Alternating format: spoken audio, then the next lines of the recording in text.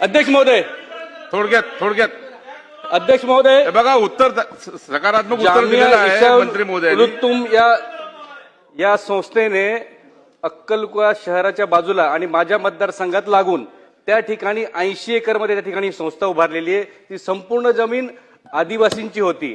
ती 1965 पासून ती जमिनी गरीब, अशिक्षित आणि अनाडी आदिवासींचा गैरफायदा घेऊन त्या ठिकाणी हस्तांतरित केलेली आहे ती जमीन.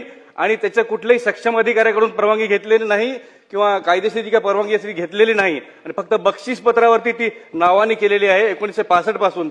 याबद्दल या उत्तरामध्ये कुठेही नमूद नाही.